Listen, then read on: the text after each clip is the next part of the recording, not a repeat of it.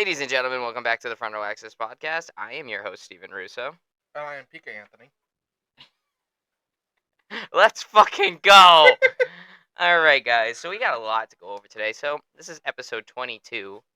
And we're going over UFC 299. Mr. Sean O'Malley, our reigning, defending UFC Bantamweight Champion of the world. And he's going up against fan favorite Chito Vera. And, Anthony, this card's stacked as fuck. This card is stacked as fuck. And I wonder who let them make it stacked as fuck. I don't know who allowed this, why they allowed so many of my favorite fighters to be on the same card all at once. Because this can either be really, really fucking good because I could see them all win, but I could also watch them all lose terribly. So, safe to say, I don't know how the fuck this happened, but I'm excited as fuck, but I'm also scared as fuck for this entire fucking fight card. Lots of fighters we love on here. You guys are going to hear them all. You guys are going to hear the names. Of course, we're going to run down the card for you. And then we're going to go over each individual fight. And guys, this one's going to be a long one because guess what? We're going to go over the prelim card. That's how fucking stacked this entire card is. We're going over the prelim card, so make sure you tune in for that. Starts at 8 p.m., the prelim card that we're going to go over. But the early prelims will always start at 6 p.m. as per usual on ESPN+. So, holy shit. Top to bottom. What out of all the fights though, which one are you most excited for? Ant? There's a lot on there. MVP for me. MVP? Yeah, that's gonna be a good fight. That's just gonna be phenomenal for me. Alright, so here we go, guys. So our main card will be starting at 10 p.m. on the East Coast, as you should know by now. Our main event, Sugar Sean O'Malley defends his bantamweight champion against Marlon Chito Vera. We will be referring to him as Chito Vera. No, we're not going to call him Marlon Vera. Why in the fuck would we do that? We also have his energy drink here. The Rise Fuel Sugar Show. So it's going to be a good one. Our co-main event, also 5 rounds, is going to be Dustin the Diamond Poirier, your boy's favorite, versus Mr. Benoit Saint-Denis. Yeah. A nice Irish guy. And we also have Kevin Trailblazer Holland and Michael Venom Page. Michael Venom Page making his UFC debut. Kevin Holland wanting to just say, fuck it. I need a fight. I haven't fought since September. I'll take the new guy. Fuck it. And then we have Gilbert Burns and Jack Della Maddalena as well. And we also have Piotr Jan versus Song Yadong. Reason why I'm not calling Piotr Jan what I used to call him is because dude learned English and now can understand that I'm mispronouncing his name. So, we do not want him hunting us down. And now, since I don't want a scary Russian motherfucker coming to punch my face in, I'm going to be referring to him as Piotr Jan from now on. Watch me go right back into Peter Jan after this. I mean, he could be a sparring partner if he does track you down. I mean, we are built about the same. He's just going to kick my ass, though. Anyway, prelim card, guys. Our featured prelim, Curtis Blades and Jailton Almeida. Come on, y'all. That's a crazy fucking... That's a fight night main event on the prelims. Oh, yeah. Like, that would main event any, like, fight night card. This one would, too. Caitlin Chikagian versus Macy Barber. That's another banger right there. We're going to be going over that in detail. We're going to also have Matot Gamrot on here. You know, another American top team guy, Dustin Poirier's teammate, Matot Gamrot. And he's facing RDA, or Rafael Dos Anjos, for those that don't know. Former lightweight champion. Dude's still kicking it. I think he's actually coming off of a win right now. And now he's going against Matutes Gamrot. We also have Pedro Munoz and Kyler Phillips on here as well. And as far as the early prelims are concerned, we have Ion Cotelaba, who's been making some strides lately.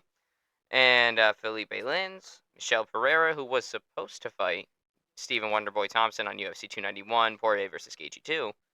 But, you know, he missed weight by, like, I think 3 or 4 pounds, something like that. And he's facing Michael Olenjichuk. I believe that's how you pronounce that. It always sucks when the fighters you want to see can't make weight, right? I know. Bro, Michelle Pereira and Stephen Thompson would have been a beautiful fight, too. It wouldn't have hit the floor. Both guys are flashy. Both guys have a similar striking style. So, that would have just been fun.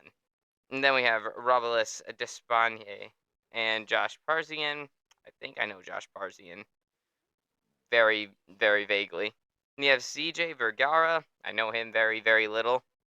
And he's facing Asu Alambayev. And we have Joanne Wood and Mariana Moros. I know both of them. So that's going to be crazy. So but the preliminary card and the main card is what we're going to be going over today. The fact that they've hit your radar is also amazing to me, because he's a bigger fight craze than me, obviously, but he's got to pay attention to top 15 of all classes, and now he's paying attention to prelim matches too. Because Yeah, they just make that much of a noise and a wave. I'm just I'm also just a little bit obsessed with this. It's like my only personality trait. So Oh, you got yo-yoing. I do have yo-yoing, yes. I got wrestling too, but You got your streaks too, your uh, Spanish. my Duolingo streaks. Yeah, I am trying to learn Spanish. That's true. All right, He's biliterate already. I am biliterate in Spanish, so that's pretty fun. Keep it up. I have spinners too that I like to play with when we're doing these podcasts. This is one of my favorite ones. But anyway, let's get into these prelims now, huh? This prelim card, like, there's no way on fucking planet Earth that a prelim card should be this stacked with a bunch of fight night main events, basically. Like, any of these fights that are on the prelims right now, I could totally see main eventing of fight night. And yet we made that the undercard to a pay-per-view card. Very What true. the fuck, Dana? Well, I mean, you saw the last fight night. We saw it. We saw it a bit late because it interfered with his work schedule, but it Yeah. was fucking good. There's so many knockouts, bro. Like, I think Right? I think we only saw like 4 decisions the entire night. We saw fucking heavyweights go 5 rounds too. And fucking heavyweights went 5 rounds. That ain't shit you see all the time.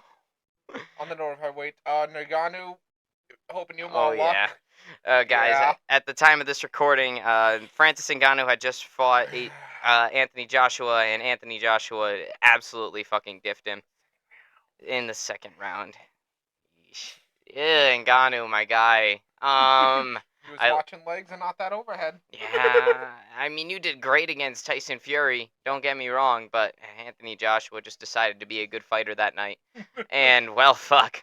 Absolutely out cold, and Ngannou felt like a sack of potatoes. I've never seen him get knocked out like that before, ever. It looked like he was posing with the whole. Dude, like, he was straight dead legged as he fell down. Like, dude, like nothing. His lights were out. And I'm like, this is why you should stay in MMA, man. I was gonna say, wasn't Nagano undefeated when he left? Undefeated in the UFC, no. Right. No. He had lost to Derek Lewis and Stipe Miocic in his UFC run. Yeah. But his losses were very few and far between. Yeah. But yeah, I'm like, dude, just stick to MMA, man. You're already signed to the PFL. You're already gonna be fighting not Ryan Bader, but the fucking PFL heavyweight champion. I don't remember his name right now. But he's gonna be fighting him at some point. So I'm like, dude, just go to the PFL, do your MMA thing. This is what you're used to. You had a good stint in boxing. You probably got paid like hella. So good on you. He pulled the McGregor, enough of a superstar to get us to care about his boxing run, and I think now it's gonna be going by the wayside. Unless we get Deontay Wilder in there, but I don't know if that's gonna happen now that Anthony Joshua just knocked the fuck. And if Anthony Joshua knocked the fuck out of Francis Ngannou, Deontay Wilder's killing him. But So- I mean, I'll always be able to say he made tried it. He made Fury go down. You know. Yeah, and you don't see there's only 2 people in Tyson Fury's whole career that have knocked him down, that being Deontay Wilder and Francis Ngannou. So, I mean, shit, a good run, but go back to MMA, man. I love you to death. Love you to death. Can't wait to see what happens next, but just go back to MMA, man. Anyway, these prelims, man. Before we go over them, though, Pepsi, you know what you got to do. I've been heckling you Put for it in the 22 frame. episodes now. 22 fucking episodes now, and you still have not hit me up for shit. Remember, it's frontrowaccess15@gmail.com, and front row access on every social media platform except Facebook. Then you're gonna get another 78 episodes after this. Then you're gonna get another 978 episodes after this. Mm-hmm. Then you're gonna get another 9,978 episodes after this. So just heckling. Yeah, Yeah. well, until you give us what we want. Give us that sponsorship. Also, Logan Paul, don't think that you're excluded. You're excluded either. I got Prime right here with me. So if you get it to me before Pepsi does, that'd also be pretty cool. Right or die. So anyway, let's go over this first prelim of Pedro Munoz versus Kyler Phillips. Pedro Munoz, he's coming off of a pretty controversial loss to Chito Vera. That happened back at UFC 292. Oh yeah. And let's just say I was present for the UFC 292. I watched that fight live.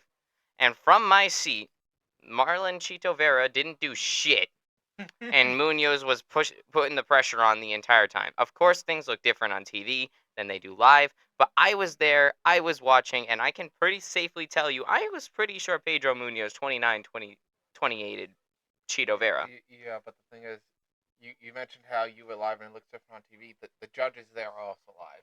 Fuck. Yeah, so that was just some bullshit. Then we wouldn't have this match. That was some fucking bullshit. I think there was some fixing going on there. Hoping. Then we wouldn't have this match. Yeah, it's true. But at the same time, man, Munoz beat Cheeto's ass. My humble opinion.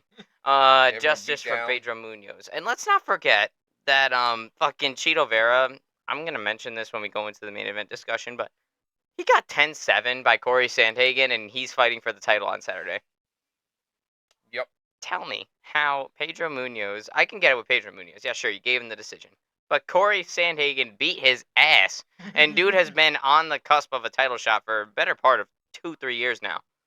He came up short against Piotr Jan in their interim title fight, so he didn't quite get to Aljamain Sterling, but he's always been 1 or 2 fights removed from a title shot this entire time. And the fact that he beat the number 1 contender right now, and he's not fighting for it, is kind of a little concerning, to say the least. A little fishy. But, fuck it. Dana said, Cheeto, superstar. O'Malley, superstar.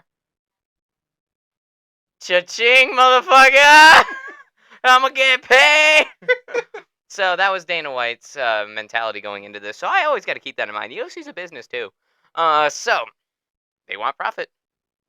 Profit for profit. And that's a very profitable fight. I think it's already made like $17 million. That's like knocking on the fucking gates of Poirier McGregor numbers as far as the pay-per-view sales are concerned. So, to say that Sean O'Malley and Cheeto Vera aren't superstars is kind of crazy. Remember when y'all were saying that a little while ago, that Sean O'Malley and Cheeto Vera weren't big stars? Yeah. How you feel now? Anyway. So, Pedro Munoz coming off of that controversial loss, and he's looking to bounce back against Kyler Phelps, who is 11-2. And let's see. Let me look at his record. Let me look at this dude's record. Is he coming off of a win? I think he might be. Yes, he is. But it's against Barcelos, which, to be honest, man, that guy is a little I don't really know him that well. But anyway, so that's gonna be a good fight, I think. Pedro Munoz is always pressure. He's always boxing heavy, and by the looks of it here, Kyler Phelps here, he's. It looks like he's pretty well rounded already. I mean, Pedro Munoz is labeled as Brazilian Jiu-Jitsu on here, which yes, that is one of his strongest suits, but his striking and his boxing is very good as well. So, I think if Pedro Munoz gets a win here, he can easily make a claim to get himself back into a ranked fight, against somebody that's ranked maybe a little bit higher than him, or at least get something, because, I mean, this dude's been working hard, and I've been paying attention to him nice. So, it'd be pretty nice to see him fight a ranked opponent again, and he could definitely make the case for himself if he is to get a win here. But if he doesn't, I'm afraid the UFC is gonna just straight bury the guy, and just he'll never see the light of day again. So, with that being said, though, give me Pedro Munoz by a round 2 knockout. I'm gonna say Pedro Munoz, and I'm gonna go round 3 TKO. Round 3 TKO, not bad. Alrighty, so next up, guys, this one is probably the prelim that I'm most excited for. We got Mr. fucking Mateusz Gamrot versus Rafael dos Anjos. What the fuck? How the fuck? Dude, there's no way that this should be, like, there's, like, on any other planet, if this wasn't such a stacked card, that would be, like, a featured prelim or a fight night main event. And it's out here as the fucking second prelim. That's crazy. So we know Mateusz Gamrot. We know him. We love him. Gamer Gamrot. He's in the top 10 of the lightweight division. And Rafael dos Anjos, he's also coming off of a win himself. Let me look at exactly what their rankings are right now. Mr. Gamrot is number 6, and RDA is number 11. His last time out, I'm pretty sure. I think he might have won. Did he win? Oh fuck! I gotta check. I'm actually wondering if this card is so stacked to compete with 300. It might be. I mean, shit. But the UFC 300 is exciting though.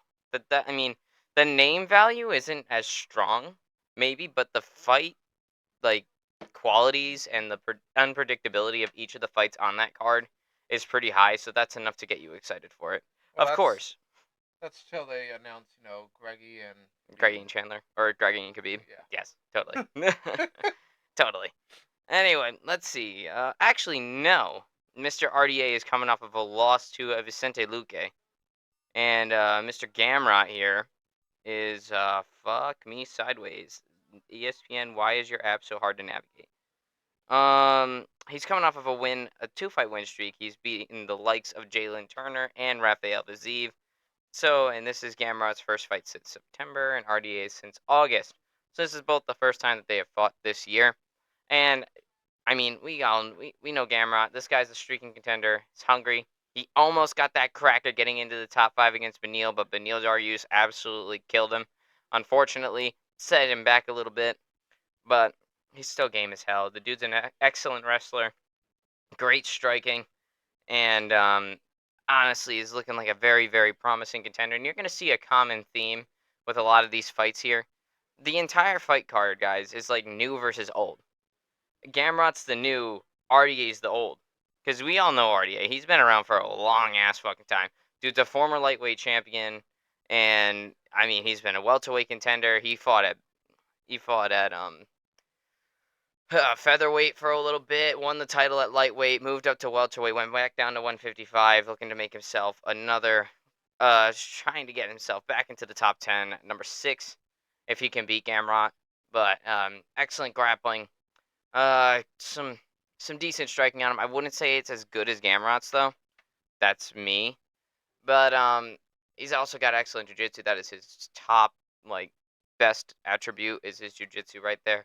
A lot of these Brazilian guys, they know what the fuck they're doing, bro. It's Brazilian. Know what they're doing, huh? It's Brazilian jiu-jitsu. Obviously, the Brazilians are going to be pretty fucking good at it. And so, RDA, I mean, I love him to death, man, but I think Gamrot's a little bit too much for him. I think he's going to be a bit of a problem for RDA, and I don't know if RDA is going to really be able to keep up.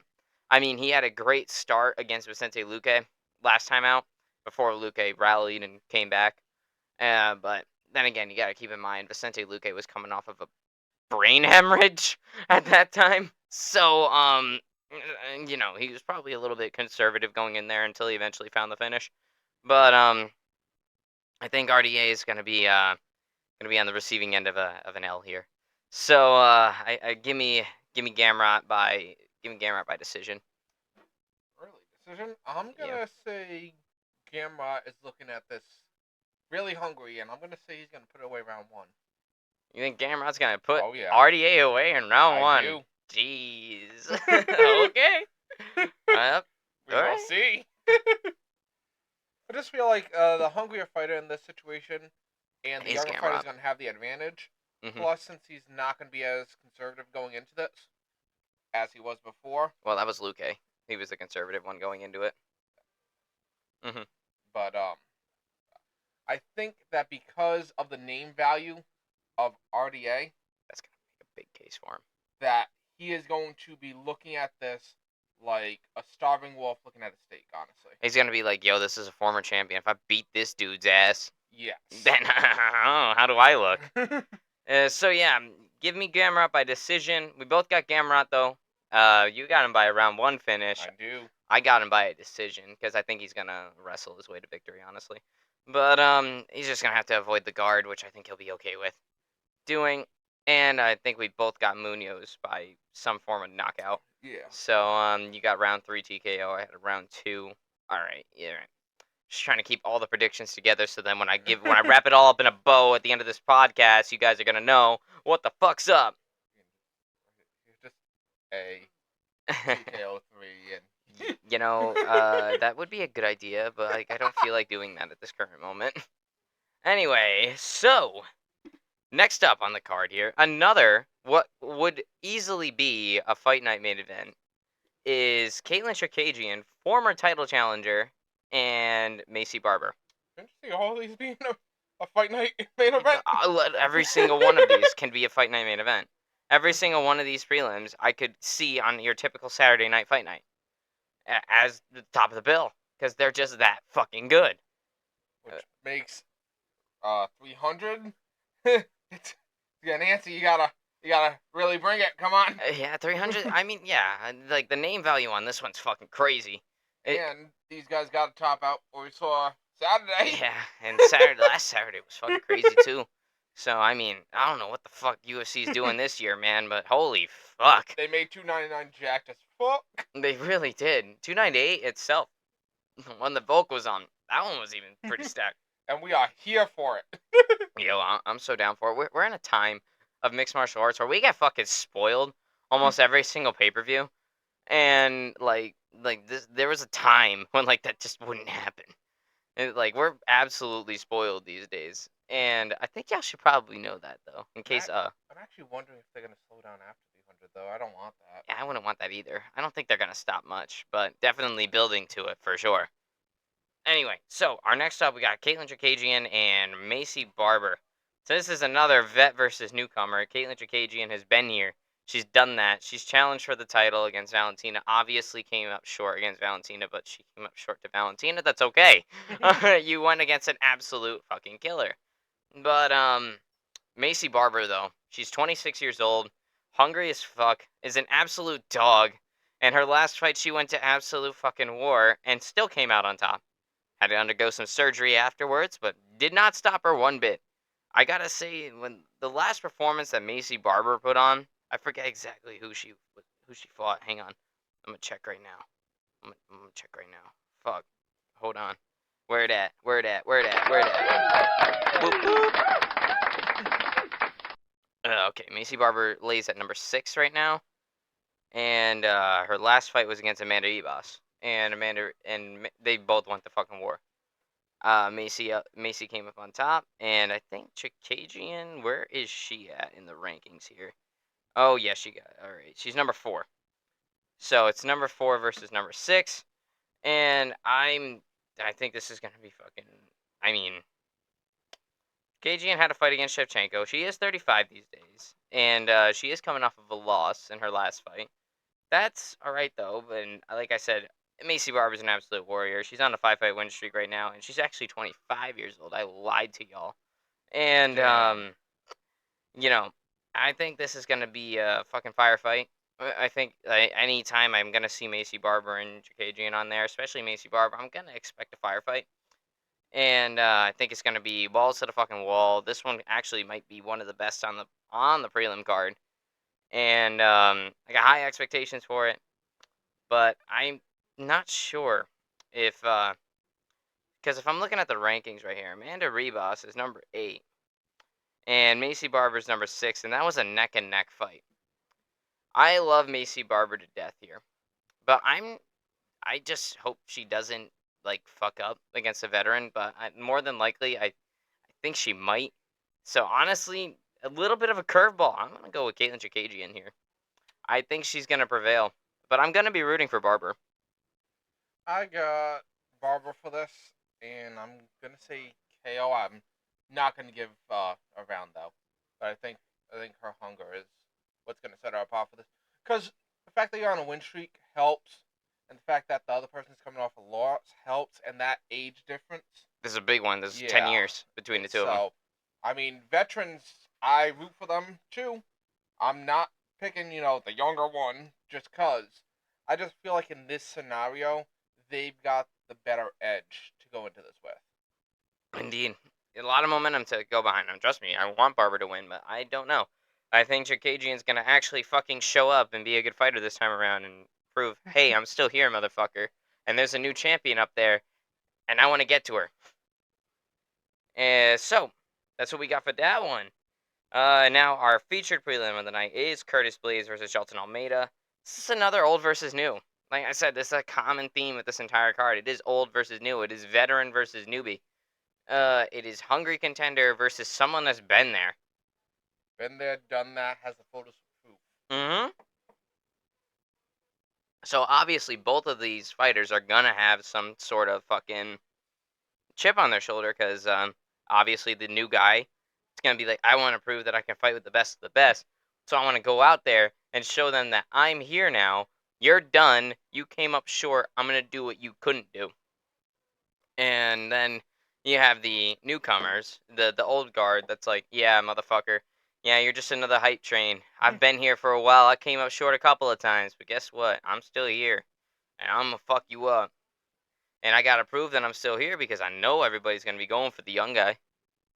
So let me prove to you that I'm here. That I'm still here and I still got it.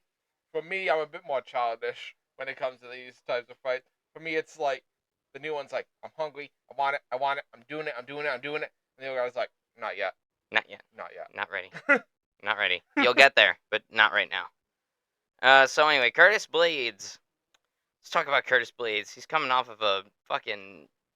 I think he's coming off a loss to Sergey Pavlovich. He got knocked out, like everybody else behind Sergey Pavlovich, except Tom Aspinall. Ha! But Curtis Blades, he's a very good wrestler. You don't really see that commonly at heavyweight. You don't really see good fucking wrestlers on these things. And okay, so oh yeah, okay, I didn't know this. So Almeida was supposed to fight uh Curtis Blades, but then Blades had to drop out. He got hurt. So then Derek Lewis stepped in and then got by Jalton Almeida. And that was the last time Almeida fought, I think. And this is when he beat Derek Lewis. So it's these Yes. fucking short notice fights. Yeah. It's a common theme. So Curtis Blades, very good wrestler. He's got heavy hands. He's got a lot of power. But he's a little chinny. The dude gets caught a lot. You can ask Derek Lewis. He absolutely just uppercutted him, and dude just fell to the floor. You can ask Francis Ngannou, who just sent him to the goddamn Shadow Realm. The dude's a little chinny, but then again, you're going up against Derek Lewis and Francis Ngannou, so I mean, if you get chinned by them, that's really no harm, no foul. But I don't know. John Almeida's got this like scary aura to him because he can kind of do both. He can strike and he can grapple. I mean, he shines in the grappling department. So more than likely, since we got two good grapplers here, this one might actually just play out on the feet, honestly. Just because that's the only equalizer here. Because I mean, they're both good on the ground. But like, if Blades gets him down and gets on top, he's not safe either because Almeida's jiu-jitsu is supreme, and as you all know, a lot of jiu-jitsu submissions come off your back. So that's what he's gonna have to worry about. And I don't know if Curtis Blades is gonna be willing to take that risk, seeming as he's in a position now where he needs to beat this new guy who just beat Derek Lewis. And a big name like Derek Lewis, he needs to beat this guy in order to stay afloat, in order to stay in that title picture and relevant. Now, meanwhile, Almeida's got all the, like we said before, like with the Barber fight and the Chikagian fight, he's got a lot of momentum. He just beat a big name, and he wants to make his case to get to the top there and face off with whomever is the champion. I mean, heavyweight's a bit of a mess right now. You got John Jones still wanting to fight Stipe.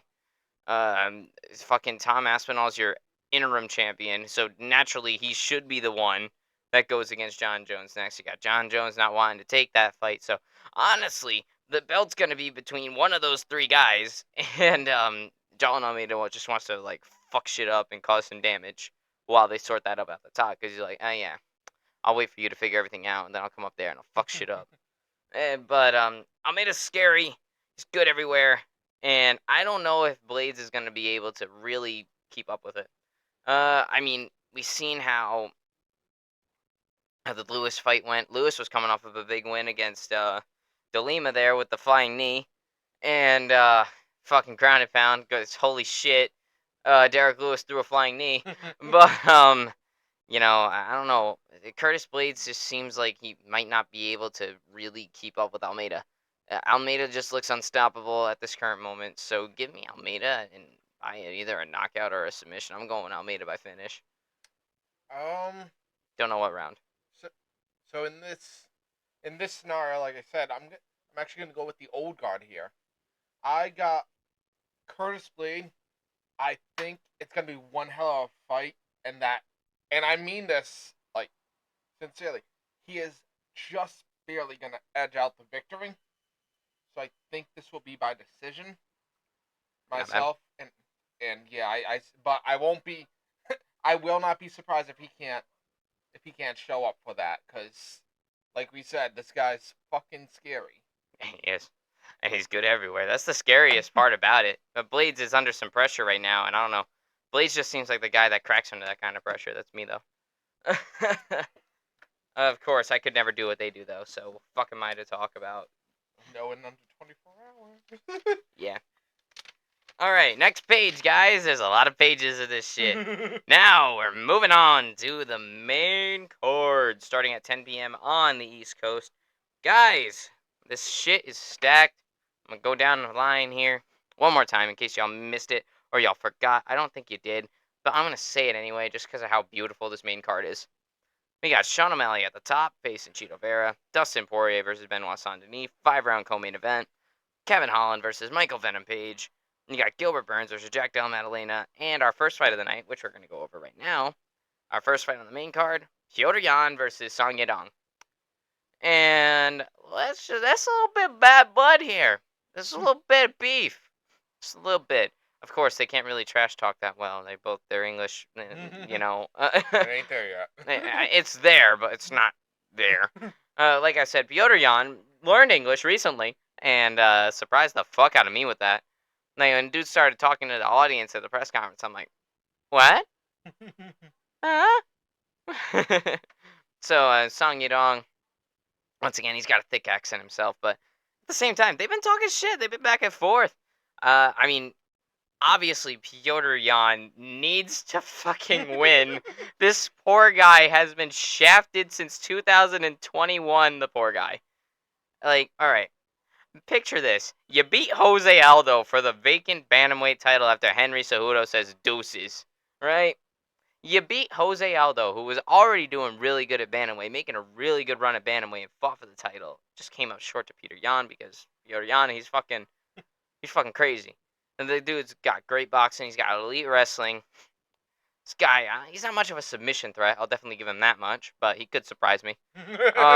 His boxing's crispy. His leg kicks are deadly. But the best attribute is his boxing, though, 100%.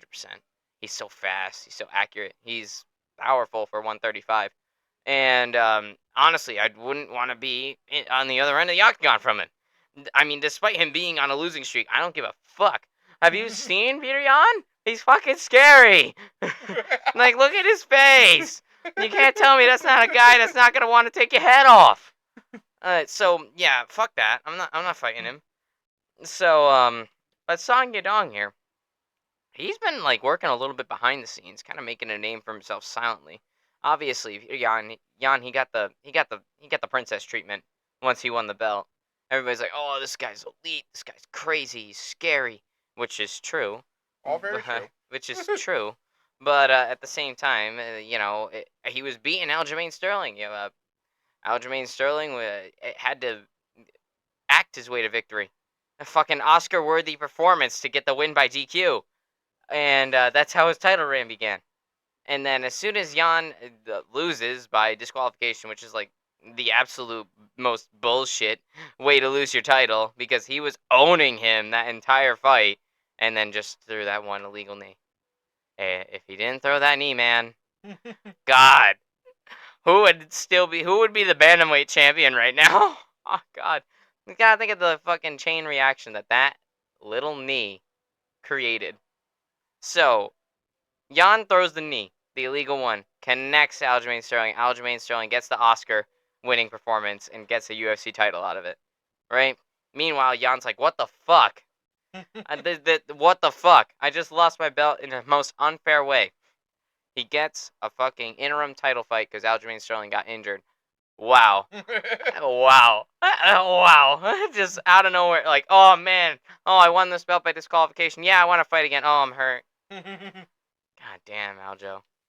The most hated champion in the world, but yet still has the second most, tied for the most bantamweight title defenses with Dominic Cruz.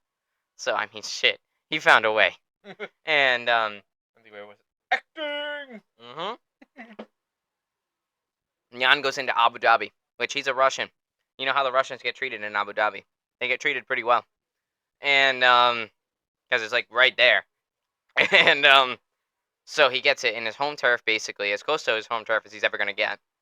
Because I don't know how often UFC goes to Russia, if they've ever even gone to Russia. So, I think they stand on the other side of the fence.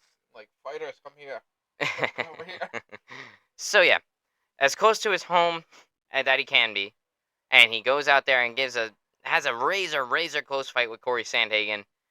Comes up, becomes the interim champion. Now he has a ticket to get back to Aljamain Sterling, this dude that fucking acted his way to victory. Aljamain Sterling faces him April 2022 and wins. He beats Jan again. This time it was by a decision. It was a very close decision. It was a split decision. Was Mike Bell there? I don't remember. It was a split decision. It was a close decision, a very close fight. A lot of people argued that Jan won, and I could totally see why you thought Jan won. But Aljo came out with the win, and then Jan's like, "What the fuck? I won that fight," and he was like pretty much certain that he won that fight. And then Aljo won that fight, didn't lose the first one. The fuck? Exactly. And then Aljo would go on to face against TJ Dillashaw, who was already pretty much on his way out, and diffed him. There's a pat on the back while you go out the door. Yep. It diffed him. I mean, his shoulder dislocated mid-fight twice. So, and Dillashaw, if y'all don't know, has always had problems. He's a former champion, but he's always had shoulder problems. It's just been a constant plague on his entire career. And so TJ Dillashaw came up short in another title fight, just like he did to Cody Glassjaw Garbrandt. So he beats him, and then Aljo would go on and beat Henry Cejudo in May of 2023 after beating Dillashaw in October of 22. And then, well, guess who's next in line? Who just beat? Meanwhile, Jan goes to get another fight against a streaking contender, Sean O'Malley, and has a crazy fight with Sean O'Malley. Sean O'Malley gets the win controversially. Again, another controversial decision, and Piotr Jan is on the receiving end of it. So dude just got shafted again. He just lost to this motherfucker with pink hair. And, well, I remember that fight very well. and, well, now Sean O'Malley's next in line. And Sean O'Malley faces Aljamain Sterling after Sterling's done dealing with Cejudo and knocks him out in the second round. And meanwhile, Jan, about a month before that fight, has a fight with Merab Dvalishvili and gets absolutely ragdolled. There was no question about it. Piotr Jan lost bad. So, naturally, Piotr Jan is very, very, very, very desperate to get a win here because this dude has been shafted since 2021.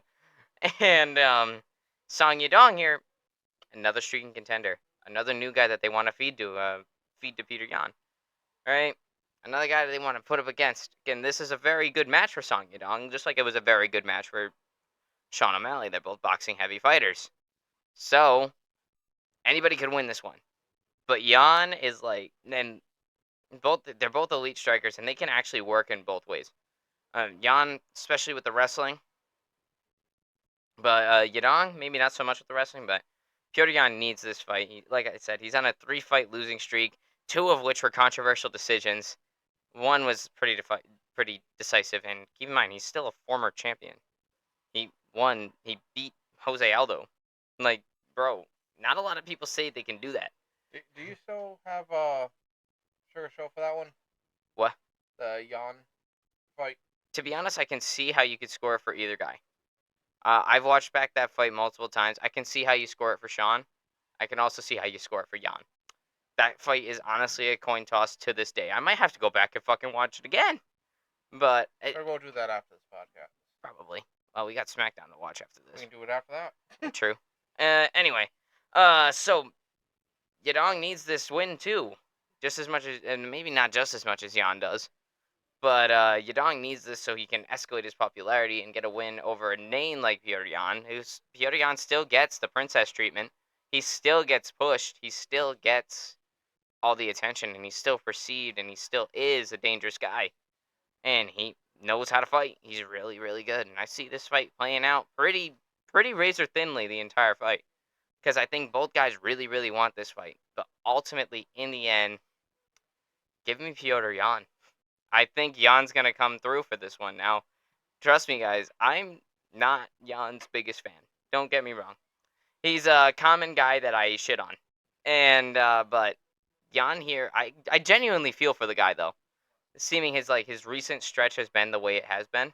I'm like, this guy's like a good fighter. He's talented. It's just he's coming up short in like these razor thin decisions. I think this fight's gonna be a war, but I think this time Mr. Piotr Jan is gonna be on the winning end of a razor close decision. So I literally with you the entire way. The only thing I have is I from when I watched it, I still got Jan for that fight. Yeah, I have to go back and watch it, but I really do think he was robbed with that fight. But yeah, no. The problem is because this was cooked up so well, I could see both winning it, and both of them have great cases and future paths that's available to them after this fight. like this is their crossroads right now, and they need to get through. They have to get through each other to get to where they want to go. This is going to really affect how the whole division plays out afterwards. Because Piotr Jan's gonna get fucking buried if Song Yadong beats him. Mm-hmm.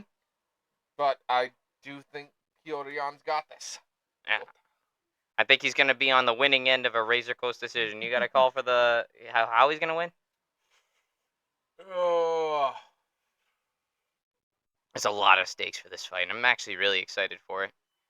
Both guys need to win it. If I were to pick any of the possible ways this could go down, I'm gonna say Jan KO towards the very end of the last round. Like he's just gonna say fuck it in the last like minute of the fight. All gas. Just fuck it in the last minute of the fight. He'll start throwing fucking anything and everything he can at him. Exactly. And I think that's a killer way to start off the main card because that fight has so much stakes to it. This is, like you said, it's the future of the division right here. Whoever wins this fight is how the division's gonna go in the future, and where the title contention's gonna be. Who's gonna be in title talks later down the road? Like if Jan wins this fight, I think he really only needs to win one more, and then he's right back where he was. But if Yadong wins this, once again, he's like one fight away, if not already catapulted into next contention. And honestly, I think Sandhagen should get the next title shot, though. He did 10-7, the guy who's fighting for it tomorrow. So, you know. Listen. If Sandhagen had the one over Sugar Show, that would be the fight right now, but he didn't. Some bullshit. I love Sandhagen.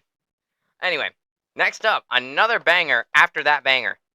That also has stakes as to where the fuck this division's gonna be. Also following the bangers that were the prelims. Here's Ray, a part of our studio audience. Yes. Now, what was that? I was saying, also following bangers that were the prelims. Oh yeah, also following the bangers that were the prelims. We got another banger to follow the banger on the main card. Second fight. We got Gilbert Burns versus Jack Della Maddalena. Gilbert Burns will be there? Gilbert Burns will be there. Alright, we should probably discuss the inside jokes so our viewers aren't fucking lost. Anyway, guys, so we was watching the UFC Miami card last April when Adesanya knocked out Pereira, right? Most of y'all might have forgot that Gilbert Burns and Jorge Masvidal were also on that I card. think some of the announcers forgot. And John Anik, we love John Anik to death. He's one of the main reasons why I started this. But he was going over the card and goes, "Oh wait, and Gilbert Burns is here." And now we're just constantly making fun of it, seeing as Gilbert Burns had fought 2 times right before this fight. And actually, no, 1 time before this fight, like 4 weeks ago. And then he fight again, like 4 weeks later, against Bilal Muhammad, you know, the man that really, really enjoys the song Bump and Grind by R. Kelly, because all he does an entire fight is take people down and bump and grind on them. Yep. So he really does like that song. And unfortunately, Gilbert Burns was on the receiving end of a bump and grind session from Bilal Muhammad. Hey, but So- I mean, the turnaround for that. Yeah. That was a big turnaround. It was like 5 weeks, if that. And then, anyway, so Jack Della Maddalena, though, this is another guy that's looking very promising for the UFC's future. He looks look great in all of his fights. Great striker, great wrestler. And he just beat Kevin Holland. And to be honest, I go back and I watch that fight, and I'm like, I don't know. That one could have gone either way. Kind of like the same way I see Sean O'Malley versus Petr Yan. Like, that one could have gone either way. But regardless, though, Jack Della Maddalena has been absolutely fucking grilling On the lately. ground. He's been absolutely fucking grilling lately. Let me look at his fucking record just to tell you guys what's up. He's from Perth, Australia. He's 27 years old. Australia. And, now he's fighting a pretty game opponent in Mr. Gilbert Burns. So this is a big test for him. This is a very big test for him. So he trains out of Scrappy MMA. He's coming off a win against, let's see, he beat Randy Brown. Hafez as well. Yeah, so most of the guys that I think they've been feeding him some guys that probably aren't quite at his level, but just to make him look a little bit better. But then they gave him Kevin Holland, and then he won a split decision. And Jack Della Maddalena, I'm pretty high on him. I can't lie. He's a pretty good fighter. I like him. I like him a lot. I think he has a lot of potential. But my man Gilbert Burns here is still around. He's still game as shit. And he's coming off a loss, yeah. But he got that loss after going on a 2-fight winning streak.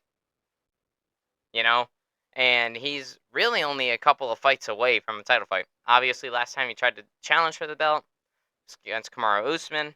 Kamaru Usman knocked him out with a fucking jab. after Gilbert Burns himself actually did knock down Kamaru Usman. He's the first person to do that. And so he's always been on the fence of getting a title shot this whole time. He suffered from being like inactive. I mean, after he lost to Kamaru, he beat Stephen Thompson, and then dude wouldn't fight again for a little while. And I'm like, what the fuck, Gilbert Burns? I was looking forward to seeing you fight again. And the next time he would fight after beating Stephen Thompson would be against Hamzat Chimaev in April of 2022, and he brought Hamzat to his absolute fucking limit. Don't get me wrong, most of the significant strikes that Hamzat Chimaev has absorbed in his career have been from Gilbert Burns. In the past couple of fights that he's had after Gilbert Burns, I think he's only really been on the receiving end of like 4 strikes. Gilbert Burns was the one that gave him the most absorbed significant strikes in a fight. Because Gilbert Burns is just that fucking guy. He don't care who the fuck you are. He don't care how much of a hype train you are. He's gonna go out there and he gonna scrap with you. And he's not gonna stop until he fucking wins. Or if you make him lose. So, I mean, both of these guys got something to prove. Gilbert Burns has said time and time again that he wants to make one more run for that title. And against Leon Edwards, if he's still the champion by the time if and when Gilbert gets to him, that's a good fight. That could go either way. And, but he's got to get through Jack Della first. Like I said, the trajectory of title contention in the future is coming down right here. Like welterweight title contention in the future, you're either never going to see Gilbert Burns in the talks again after this fight, or you're going to see Jack Della Maddalena in the talks afterwards. But if Gilbert wins, he's right back there where he started before. Then he probably only needs to get one more win, and then maybe we can finally fucking get Colby Covington versus Gilbert Burns. That's been my dream match since I started watching MMA. I really want that fight. No show, Kobe. But I'm not sure what's gonna happen. If it's gonna be enough. Do you think Gilbert's gonna hold up? Unfortunately, while I really want to see Burns win this, as you know, we made the reference before this. Gilbert Burns was there. I do love the guy. Fan favorite. And I can see this fight going either way too. But I'm gonna say that he's gonna lose, but not like an overwhelming loss. But he's gonna just barely fall short here. So you're calling JDM by a decision? Yeah. Yeah, I'm making the same call. I love you, Gilbert Burns. I'm really hoping that you win, because if you do, then I do want to see you fight for that belt again. But I don't know, man. JDM's looking a little too good right now. Maybe that thing will happen with the person we want to win loses, and that way we'll get Burns again. Perchance. Perchance. We're gonna hope so. So anyway, guys, we're gonna I'm taking Jack Della Maddalena by decision as well. Unfortunately, I don't know what's gonna happen, and Mr. Della Maddalena has been looking really good lately. And I don't know, Gilbert Burns is coming off a pretty big loss to Bilal. And I'm not sure. I think JDM's too hungry. I think he's gonna get it done. And I think it's gonna be a dogfight though. I think they're both gonna want it. They're both gonna want to come and get it. Matt's gonna be a different color when they leave. Matt's gonna be probably a little bit of blood. Next up we got next up on the card, our featured fight of the night. We got Mr. Kevin Trailblazer Holland versus Michael Venom Page, a debuting Michael Venom Page. Now, before we get into how this fight goes, let me introduce Michael Venom Page to you. Alright, so Michael Venom Page has been a big name in MMA, but always not in the UFC.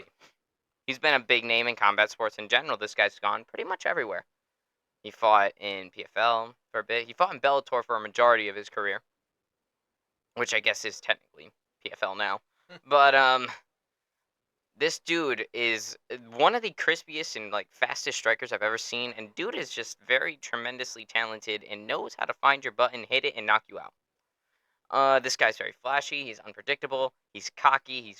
He's like braggadocious. He's absolutely brash. He's bold, and this guy don't give a fuck. He will throw all sorts of technique at you. He can knock you out with a punch. He can knock you out with an elbow. He can get a knee up the middle, or he'll throw a fucking 360 tornado kick, stand there as you fall down to the canvas, knowing that he got your lights out with that one. This guy has such an aura to him, and he is a gigantic superstar. And he's been one of the biggest stars outside of the UFC. I know a lot of people that follow this channel are big fans of professional wrestling. If I were to give a comparison, Mr. Michael Venom Page here is like the MJF or Sting of the MMA world. Very talented outside of the big promotion. So Sting and MJF outside of the WWE. And Michael Venom Page, very talented outside the UFC. That's the best way that I can put it. And I'm telling you, this fight's gonna be crazy. But you gotta keep in mind who the fuck Kevin Holland is. This dude don't give a shit. He does not give a fuck. He's another guy that he does not care who you are. He doesn't care what kind of hype you have. He doesn't care what kind of win streak you have. He's gonna fight you. And he's always gonna believe that he has a chance. Because he does have a chance. He's very, very talented. He's got good grappling, got good jiu-jitsu, and he's got really, really good kickboxing. You're going in there with one goal in mind to end Win. you. Win. But, I mean, granted, Kevin Holland, also another braggadocious, brash, and bold fighter as well. Another big star. And both MVP and Kevin Holland are like cut from the same cloth, it seems. Just knowing that they're that good. They might not always win all the time, don't get me wrong, but they know that they're talented, and they know they can fight, and they know they're going to deliver every single time. And they fight anybody. Both of these guys, they're very tough. They'll fight anybody. So, as far as how this fight's going to go, I don't see this fight hitting the floor. I really don't. I think both of them are going to try to knock each other out to prove something. Because they're just like that, you know? I mean, think of what Kevin Holland did, right? He went up against Stephen Wonderboy Thompson, one of the best strikers that you'll ever see in the UFC, and dude stood with him the entire time. Granted, he didn't win, but he stood with one of the best strikers in the UFC. And he didn't want to take it to the ground, despite him having a ground advantage. Like, if this fight hit the canvas, I don't know how well Stephen Thompson would have done. But Kevin Holland, being the guy that he is, he wanted to prove that he could knock out one of the best strikers. Unfortunately, came up short, but that doesn't stop him from believing in himself more. That doesn't stop him from taking his next fight. That doesn't stop him from facing this new guy that has a gigantic fucking hype train behind him. It's not going to do anything to him. It's not going to derail him. Just like Michael Venom Page is like, yeah, I know that guy's good. But I don't care. I'm going to go in there, I'm going to fight him. And we're going to see who wins. So, you know, Both of these guys are characters. I don't see this fight going to the ground at all. And I think they're both going to want something to prove. But to be honest, guys, I got a gigantic coin flip for this fight. I really can't tell you who I think is going to win. They're both similar guys. They're built pretty much the same way. They're tall, they're long, they're lanky guys, right? And they both have very similar flashy styles of fighting. But Kevin Holland has been in the UFC this whole time, facing the best of the best. Tell me, guys, do you get the same vibe from people that were fighting in Bellator? You know, like, not to discredit any of the credit in any of the talent in Bellator in the slightest. Yeah, you could take any of them in Bellator. No. Any one of them. Never. I'm not taking away from any of their talent, but I don't know how the talent difference is going to be between UFC and Bellator. Yeah, Michael Venom Pages looks so good against Bellator guys, but how is he going to look against these UFC guys? Is it going to make a difference? It might not. We don't know, and that's why Kevin Holland is a great stepping stone to see if he is, because they're giving him a guy that's really good. They're not feeding him to somebody. They're not feeding somebody to Michael Venom Page. They're actually trying to see if he can compete with some of the best guys. And why not compete with some of the best guys like Kevin Holland? Kevin Holland's a great fighter. Tremendous. Do I ever see him fighting for a title? No, not really. But he's a good look into what your competition is in UFC. He's at that level, but he's not quite at that championship level. Like, he's always going to be at the top of the bill. I don't know if he makes it to the title. That's me, though. I could be wrong. He could prove me wrong, and he could go and knock out Leon Edwards tomorrow, or absolutely diff fucking Dracus Duplessis, because he's fought in both middleweight and welterweight. This fight's going to be at welterweight, though. So I'll say Leon Edwards for that sake. So, honestly, I have no idea who's winning this one. Ant, do you have any idea? So my question to you is, do you see MVP fighting at that championship level? I don't know if I've seen enough from him yet. So I can't really tell you. It's very early on in his UFC career. Well, my gut feeling for this is that MVP is going to walk away with the win. Valid, to be honest. I really wish I could tell you how, but I think that no matter how it's done, it's going to show his first showcase into the UFC and where his potential lies, where he's going with it. Yeah, so you got an MVP for this one? Yep. Alright. Yeah, I still can't tell you guys. It's a perfect coin flip. So it's going to be an absolute coin flip. It's a pick-em fight in my eyes. And to be honest, I'm not upset if either of these guys win. If Kevin Holland wins, that's another dub for Kevin Holland. I love watching Kevin Holland win. I love seeing him fight. I always pay attention when he's fighting. But if Michael Venom Page wins, I'm going to be happy for him because he made a statement in his UFC debut and showed that he can compete with some of the best guys in the division. And he could start his climb to the welterweight title. I mean, he never won a title in Bellator. Never really, I don't know how many times he even competed for one, if he even did. I'd have to, that's my own lack of research. But if he beats Kevin Holland, it definitely will be good for him. It'll be good for his stock, and the UFC will see, hey, we got a pretty good fighter here. We got a good guy that's going to deliver every single time. We have a superstar on our hands, and we're going to see what we can do with him. So, like, I'd be happy if MVP wins his debut and starts to make that claim for himself. But if Kevin Holland wins, I'm just happy for Kevin Holland, man. Because then he can start getting up to that level again. Start climbing up and maybe not get fed to Hamzat Chimaev this time around. And, it's always fun seeing the climb start. But then, like, then I'd feel bad for MVP because he just lost his UFC debut. You know, that's why I'm, like, so torn on this entire fight because I love both of them. See, the thing is, it doesn't matter how you feel about him if he loses, because you can put him up against another guy who can fight like that, and it could be because that's why it's a coin flip. Mm-hmm. It can be a completely different outcome. It can make him look stunning and phenomenal. We don't know how these two, especially against each other, are going to perform. Yeah, so I'm doing coin flip pick'em, and Anthony's gonna tell you that MVP's gonna do it. So that's how we're gonna go. This is like the first time I actually don't have a prediction for a fight. That like never ever happens. And like this is genuine, guys. I'm not just saying that for the sake of saying that. Nah, bro. I legit don't know who's winning that fight. It's so... Double knockout. Imagine they just knock each other out. That would be fucking crazy. The first double knockout in UFC history between Kevin Holland and Michael Venom Page. There's been double knockdowns. There's been 2 of those in the UFC. But never a double knockout. You know? Anyway, guys. There's always a first for everything. After we find out who the fuck wins that fight, our next fight is our 5-round co-main event between Dustin the Diamond Poirier and Mr. Benoit God of War Saint Denis. Guys, 5 rounds, co-main event, 2 killers that are going to leave it all out there in the octagon. I was gonna say scary motherfucker versus scary motherfucker. Scary motherfucker versus scary motherfucker. Dude I don't want to be in an alley with versus dude I don't want to be in an alley with.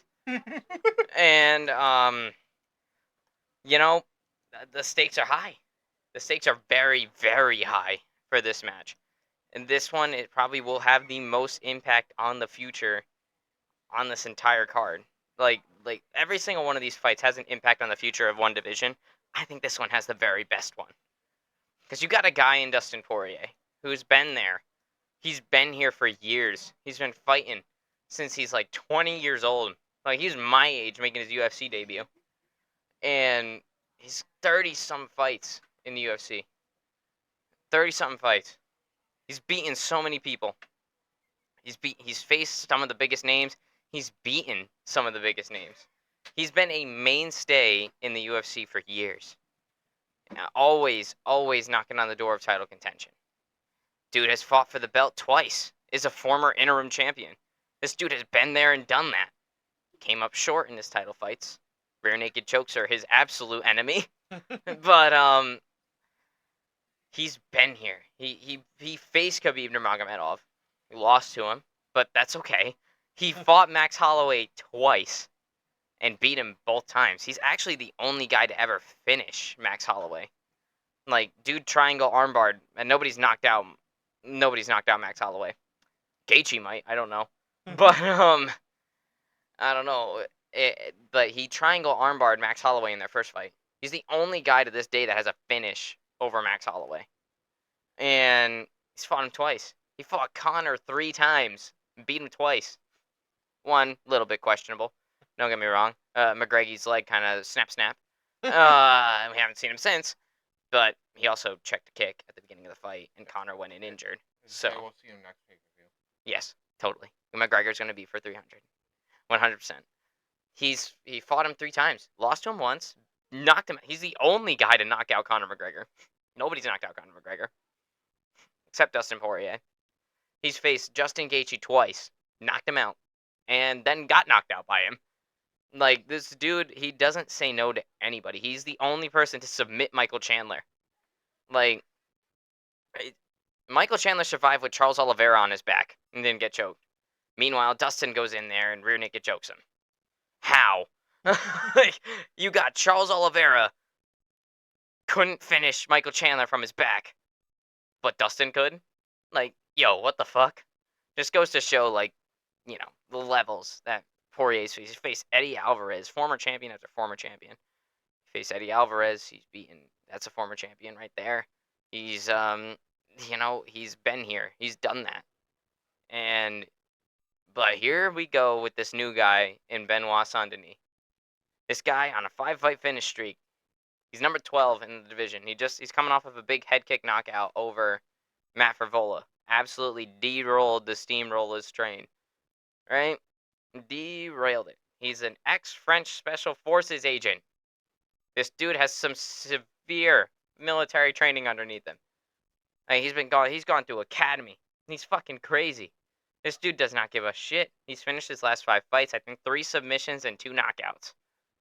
That's absolutely nuts. He's only lost once, and that one time was by a split decision in his debut. And he's looked good in all of his fights. He's gritty, and he always wants a war. He's always looking for something. But guess who's also gritty and always wants a finish? Dustin Poirier. Like, this is crazy. Because one of the biggest critiques of Dustin's career is that he doesn't really fight down, which is true. He doesn't really fight down that often. Me, as the biggest Dustin Poirier fan on the planet, probably, I can admit when he doesn't fight down. He doesn't give a whole lot of opportunities to young guys.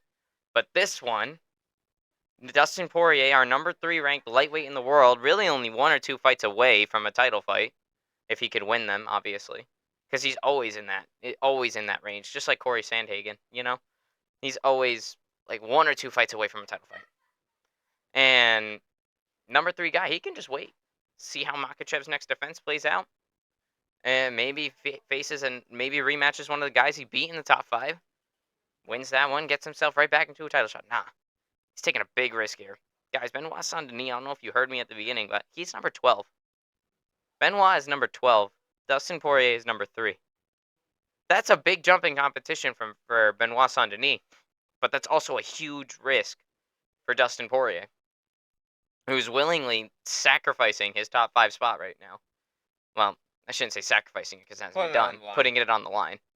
He's putting a top 5 slot on the line against this number 12 guy who has 6 fights in the UFC and is an ex-Special Forces agent and is crazy. But the reason why Dustin wanted this fight is he wants to prove that he can fight the younger guys, that he's still here. Because, I mean, let's be honest, guys. That loss to Justin Gaethje was brutal for Dustin Poirier. He got knocked out by the dude that he had beaten before. And that fight, it might have determined the number 1 contender for the belt after, whenever Islam gets his title defense. Which I think he's going to face the winner of Charles Oliveira and Arman Tsarukyan as of right now. But Justin Gaethje's also coming off of a win too, so could it be Gaethje? That's his next title defense, but now Gaethje's got to deal with Max Holloway now. So I don't really know what the fuck's going to happen at lightweight. Fucking stacked. Like, I don't know what the fuck's going to happen at lightweight right now. There's a lot of contenders. There's a lot of people that have a case to fight for the title. So as of right now, they're kind of just moving the division along a little bit. And Dustin could have easily waited. He doesn't need to fight. He's rich. He's got family. He's got all that. He's done everything. But, this fight scared him. He's mentioned it. He goes, I like to fight guys that scare me. The fights that make me nervous. Stuff that gets me out of bed every single morning. And goddamn, that would make me nervous. I'm number 3. I'm fighting number 12. And number 12's looking pretty damn good. Yeah, that's going to wake me up. That's going to get me in the gym. That's going to get me to work hard.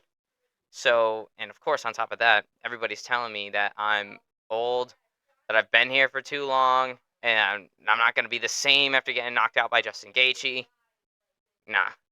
That's going to get me out of bed, too. I'm going to be like, nah, fuck you guys. I'm still here. But then again, it's all the motivation for Benoit. He's fighting a big guy. He's fighting some dude that is game as shit. And I think this fight's going to be an absolute fucking mayhem war. I think and it has the biggest consequences on this card, I would say. Because if Benoit wins, Dustin Poirier is no longer in the top 5 of lightweight anymore for the first time in fucking a decade. If not just under a decade. And then, but if Dustin wins, he's made a case for himself. He has proved to you that he's still here. He's still the guy, and he beat this dude that you've been saying is absolutely dangerous. And you've been hyping this guy up. You've been saying he's dangerous. Oh, he's the next title contender. Oh, he's got so much future ahead of him. Well, guess what? To get to the future, you gotta get through me, type deal. So then he proves himself, and that's a big moral victory for him. And I think that's gonna be all the motivation in the world for him to get a late fight TKO victory. So this one is razor fucking close. Extremely. They both have great cases. Extremely good cases. I do think that you being the biggest Dustin Poirier fan on the planet is clouding your judgment a bit. Yeah. But I'm not saying I disagree with you. Because I'm going for the vet for this. Yep. I got Poirier. I don't know how. I think he will pull it off, though. Well, I mean, I just gave a gigantic case for Benoit. You trying to tell me? Yeah, it's true, though. I do have a bias towards Dustin Poirier. Y'all know that by now. Y'all know that by now. But I just made a good case for Benoit. I really did. Great case. It's just, I think the veteran's going to hold down the fort this time. I don't know how. I really wish I could give you a prediction on the how. But you just don't know how. You just think he's going to win. If I were to, I just calculated in my head, rethought the whole thing, going in and out of this. I'm gonna say that if I'm gonna say that when Dustin gets in there, he's going to play it smarter than usual and let this guy tire himself out and go for a finish end of fourth into fifth.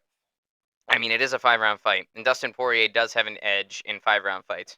Benoit Saint Denis, I didn't mention it when I was going over the fight. I was too busy hyping up both the guys.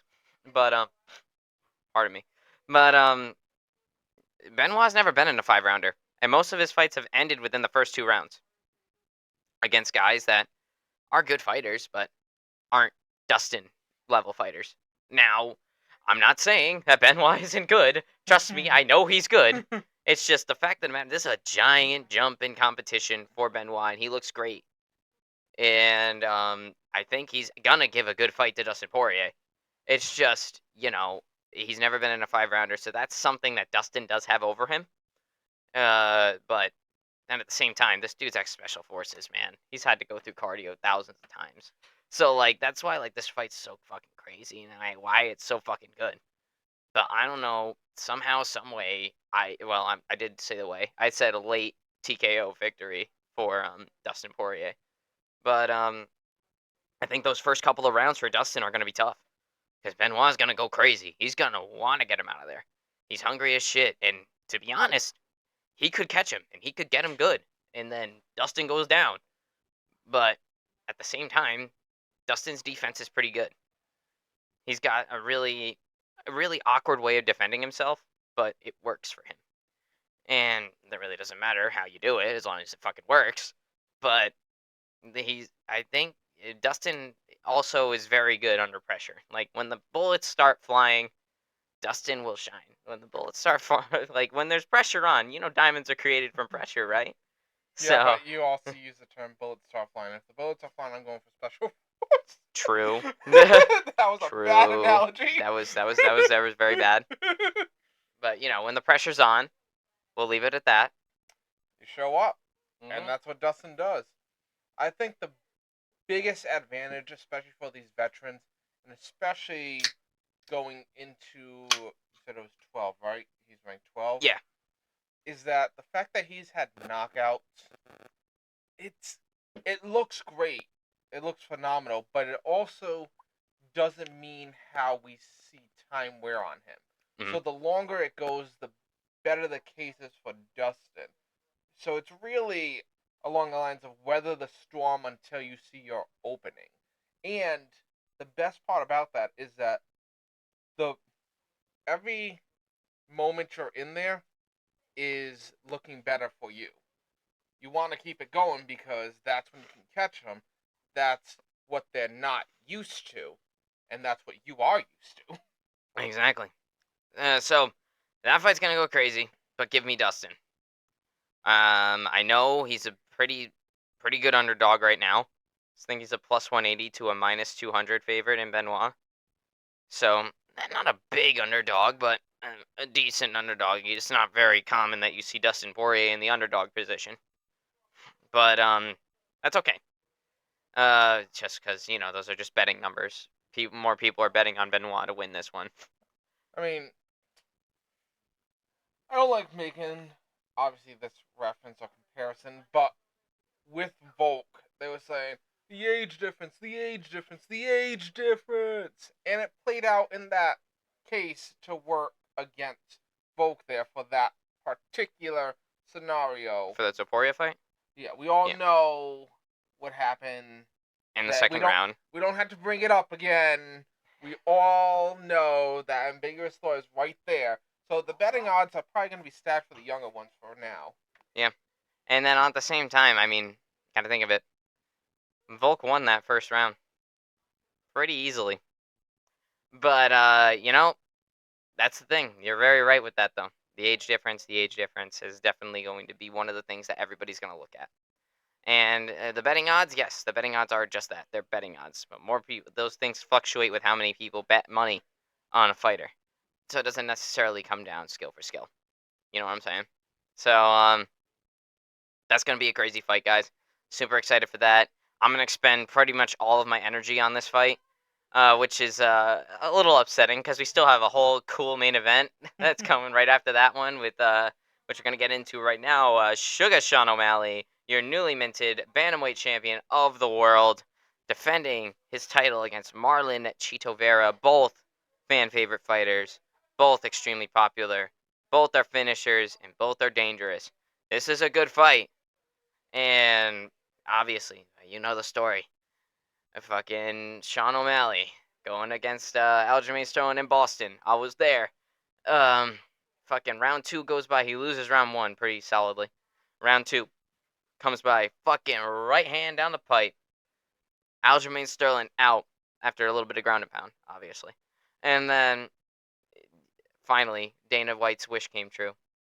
The the charismatic dude that makes a lot of money won the title. Tale as old as time. Proper number 12? The guy that has a giant hype train, the guy that has a whole lot of charisma, and a guy that makes a lot of fucking money and gets people to give a shit about his product, won his coveted prize. So, Dana White was probably happier than Sean O'Malley was. Is he gonna be fighting Greggy soon? Who? O'Malley? Fuck it, I don't know. O'Malley's 135. Yeah, I think. Greggy can fight at different weight classes. True. I mean, he does it all the time. And different promotions. And different promotions and sports. Whatever the fuck he wants to do. Because he's fucking Conor McGregor. Like, he's the biggest like draw in this entire sport. But a lot of you guys might not know this, or maybe you. Shit! You meant the draw was to O'Malley? Yeah. No, just a joke. I thought so. But anyway, guys, most of y'all might not know this. Some of y'all might, if you read the card, read the title of the card. This is actually a rematch between Cheeto and Sean O'Malley. Been 4 years in the making. Don't get me wrong. They're both completely different spots than they were at that point in time. Keep in mind, Cheeto Vera was seen as somebody to feed to Sean O'Malley to hype Sean O'Malley up more, and now you guys see Cheeto and you see him as a good fighter because he is. You see him as a good fighter. You see him as this good guy, which he is. Don't get me wrong, but the good fighter finishes people. Y'all didn't see Cheeto like that before. But guess what? That win over O'Malley did him some justice. Now let me tell you how that fight went down. All right. Chito Vera definitely was winning the fight at the beginning. Just put it in perspective. How many fights had O'Malley been for this? When he fought Cheeto? Third? Yeah. When he fought Cheeto, he was already I think 3 or 4 fights into his UFC career by the time he ran into Cheeto. Yeah. And so this was just Cheeto was seen, like I said, as the guy to feed to O'Malley, which, let's be honest, guys, we love O'Malley, but a lot of people have been fed to him to build him up more, because Dana White sees dollar signs when he sees Sugar Sean. What? No. For good reason. Why would you possibly suggest that would be dollar signs involved? For good reason. The Sugar Show. And so obviously Dana wants to hype this guy up. He's loved him ever since he went on to Dana White Contender Series in 2017 and beat the piss out of the guy that he was fighting. Right? So now he runs into Cheeto, right? Cheeto's winning the first round. Second round comes around. Now O'Malley, the end of the first round, like beginning of the second, O'Malley's starting to find himself now. He's starting to get a rhythm. He's starting to beat him up. And then Cheeto Vera throws a leg kick. Hits him right on the perennial nerve, which is in your calf. It makes your whole fucking leg go numb. And you can't step, you can't stand, you can't do anything right. You've now punctured your perennial nerve. So he's straight dead legged Sean O'Malley, is what I'm telling you. You start looking like Nagano. A little bit. He's doing a stanky leg all over the fucking octagon. And then obviously he stepped back, he fell down. Cheeto saw the opportunity and he started going ham on the guy. He started landing punches, elbows, and because Sean was already hurt with that leg kick, then, well, they called the fight. Cheeto won. Guess what, guys? There's a 1 on Sean O'Malley's record. It's, I forget exactly what the record is. Hold on, let me check. It's probably not the 1. He put the 1 in 21 It's 17-1. Almost. And guess what? That 1 is Cheeto Vera. I know Sean himself says he didn't lose that fight, but guy, you lost. O'Malley, I love you, but you lost. Cheeto hit you on the calf. Wait, you love O'Malley? I couldn't No, tell. what are you talking about? O'Malley, I love you, but guess what? You lost that fight, guy. When you're throwing calf kicks, you want to hit the perennial nerve. That's what your coach drills into your head. It's true. Trust me. I was gonna say, do you know from personal Trust me. experience? And yeah, that's what your coach is gonna. You want to hit the perennial nerve. Yes, yes, you do. And guess what? Cheeto did just that, and then he won. Naturally, that didn't really dip Sean O'Malley's stock, though. He's still getting the princess treatment from Dana White because obviously he sees dollar signs with Sean O'Malley. So I'm not gonna give up on him. But Sean doesn't count it as a loss. Um, and he was looking good until he got dead legged. But but Cheeto is this decorated guy though. I'm not just trying to say that. Oh, O'Malley would have diffed him. No, I'm not even sure if that would have happened, especially at that point in time, because neither O'Malley nor Cheeto were the same fighter that they are now. They're both much better than they were then. So I don't know. Maybe Sean wins that fight against Cheeto back in 2020 when it happened, but maybe not. We don't know. But definitely, we're gonna get answers now. A definitive answer this time. I mean, we got an answer before, but you know. I mean, I wouldn't say the definitive answer, just in the case that we'll never be able to see what the Greenhorn version of them would be like in that fight back then. Because now you got two guys that are in their prime. They're not young anymore. Experienced. They've got fights under them. They've fought some of the best guys, and Cheeto's a decorated fighter, and he's a tremendous finisher as well. This guy's really, really, really powerful. Very good hands. He's got awesome grappling. That's actually how he started his UFC career. He was a big grappler, and then he just evolved into a big striker. Now he's just overall just MMA balanced guy. But he's charismatic as well, and has the entire nation of Ecuador behind him. But guess what, guys?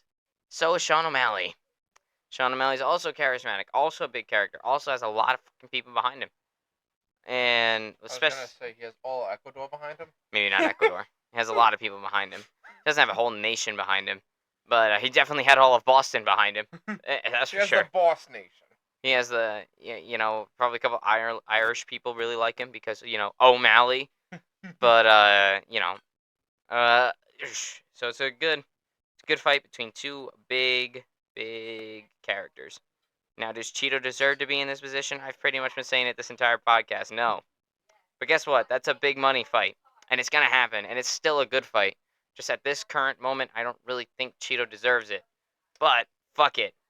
He's here. It's now. It's a good fight. Who do you think deserves that title shot? Who do I think deserves that title shot? Probably, honestly, Corey Sandhagen, I think. But, Corey Sandhagen, or need I say, I mean, if Aljamain Sterling wasn't fighting Calvin Kattar, I'd say Aljamain Sterling. Because, well, former champion, dominant for 3 years until he ran into this dude with pink hair. And then this dude with pink hair that has a cult following. Cotton candy hair, maybe? Cotton candy hair sometimes. And drives a pink and green Lamborghini. But, I honestly think Sandhagen has made enough of an effort to get this title shot, but fuck it. He'll get one in the future. He's just got to win his next fight, whomever it might be. And maybe it's Umar Nurmagomedov. I've been wanting to see that fight for a while. Umar's coming off of a win. Sandhagen's coming off of a win. Let's see them fight. Let's see them fight. Toss him in the ring. Let's see some blood. Let's see some blood. Now, do I think Sandhagen's gonna hold up well against a Nurmagomedov? Well, if you asked me last week, I would have said hell no. But then I saw Umar Nurmagomedov get knocked down in the first 10 seconds of the first round last week. So, no. Just saying, fans, if your last name's Nurmagomedov, we do not hate you. We just love shitting on that other guy. You know the one. Yeah. So, anyway. Two huge stars. This is a big money match. Obviously, it's already made a shit ton of dollars. You got two very popular guys in the main event, and they're fighting over a UFC title. Come on, guys. Dana White loves this shit. And also, you got Dustin Poirier in the co-main event. That's also a ticket seller. You know if we got Joe Rogan? I think it's going to be in the U.S., so yeah, it's in Miami. So yeah, we'll get Joe Rogan. It's gonna be a crazy fight. It's gonna be a close fight. Both these guys are really good, but give me and still by decision, Sean O'Malley. Really, and still by decision. Yep, Cheeto's Uh, good, man. no, I'm not saying he's not good, but I'm gonna say honestly. So, from my perspective, right, Uh huh. I don't think Cheeto has enough in him to derail O'Malley. Not by a long shot myself. I think in my own personal opinion that besides the perennial nerve, was that it? Perennial nerve, yes. That Sean would be 20. No, he would be 18 18 and and 0. 0. 18 and 0. Yeah, And and when one no contest. I think Mr. Sugar Show, I think knockout. Yeah, When well, I think Cheeto, I think let's see what's gonna happen. yeah, So I'm gonna say O'Malley is going to win by KO straight flatlined. Okay. first round. Wow. Because he's gonna be the guy who says, "This is my title, this is my weight class, This is my era. and this is my statement." Yeah, that's a good one. That's a good one. I mean, Sean O'Malley has proved me wrong before. Naturally, I went in to the Aljamain Sterling fight as a Sean O'Malley fan, fully expecting O'Malley to lose. I shit you not. I had no hope for Sean O'Malley. I was walking in, and I'm like, ready to see Sean O'Malley lose, and like I was pretty much certain that Aljamain Sterling was just gonna backpack his way to victory like he did with all his other title defenses, and it was looking like that was gonna happen in round one. And he's putting the pressure on, and he's shot in, and fucking Sean's takedown defense wasn't looking that great, and I'm like, oh man, oh please no. But then guess what? Guess what? Round two happened. Backpedal, backpedal, backpedal. Fucking Aljamain Sterling's putting pressure on. Overextends one time. And Sean O'Malley finds it. He sees the mark. He goes and he connects. Down went the champion. And I was like, holy shit. Because that's the big thing with Sean O'Malley. The dude is accurate as fuck. Like, the dude will find your chin. He's found his opponent's chin in every single one of his fights that he's ever been in. He's clipped somebody. Really good on the chin. Sometimes it ended in a finish. Sometimes it was just a couple of more strikes until they were finished. And that's the thing with O'Malley. Plus, he's also an early starter. A lot of his fights don't go much past round two. Round one is how he got most of his wins, and that's also something to consider because Cheeto Vera is a slow starter. The dude takes a while to get going. You can ask Pedro Munoz. He was beating him round one and two. Round three, Cheeto came through. He started piecing him up. That's why I said he 29-28. Pedro Munoz. I didn't give the 30-27. Don't worry. But to all the Cheeto fans, I love you guys. I mean, I really don't have much against Cheeto, but at the same time, I'm an O'Malley guy. So and you know, that's just how it goes. And if Sean's gonna go in there, he's gonna be an early starter. He can find Cheeto Vera's chin easy. I wouldn't say easy, but I shouldn't say easy. But he can find the chin. And early on in the fight, when not Pedro Munoz, when Cheeto Vera is still starting up, he's still idling down a little bit. And well, I think the longer that fight goes on, though, the more Cheeto's gonna be okay. But here's the thing: I think O'Malley, if he's gonna get a finish, it's gonna be within the first two rounds, maybe three. I'll give him first three rounds. But after that, I think Cheetah will shine in rounds 4 and 5. That's why I said decision. Because I think both of the guys are going to show up. The momentum might shift a little bit at the end of the third round. But I think O'Malley would solidly win rounds 1 through 3. 4 and 5, that's when I'm going to start to be a little bit more. Because, I mean, Cheeto's a late starter. But when it's the first two rounds, man, give me Sean O'Malley. The dude's going to make a statement in the first couple of rounds. Because he always fucking does. And, yeah. I think he's gonna find his way, and I think he's gonna get that decision win. And we got Anthony thinking he's just gonna go out there and fucking chin him. Yeah, a couple other things talk about before we do the whole wrap up and whatnot. We might see it. I'm not counting it out. I think it's improbable. But Cheeto wins and new. What happens next? If Cheeto wins, that's gonna open the division up a lot. By all means, I'm pretty sure Dana's gonna try to rush to give Sean O'Malley his rematch and make it a. But at the same time, then Cheeto already has 2 wins over O'Malley. So can he really get a rematch after that? Because like I said, it's tough when you're going in as the only guy that has a victory over this guy. You're the last person that this dude lost to. You're the only person that this dude has lost to. And if you win, you beat him again, you have his number, basically. But will that be the case? I'm pretty sure Dana's going to do anything and everything that he can to get Sean O'Malley to Cheeto again and make it a trilogy, even though there's 2 victories on one end, like he did with Holloway against Volk. But then again, Holloway fucking earned that. Yeah, I was gonna say. Then again, Holloway earned that. It's just, he earned that third fight. I mean, yeah, he lost twice, but each time he lost to Volk, it was kind of close. So he earned his shot to get back at Volk. But I think more than likely, if Cheeto is to win, Dana's going to do everything in his power to get him there.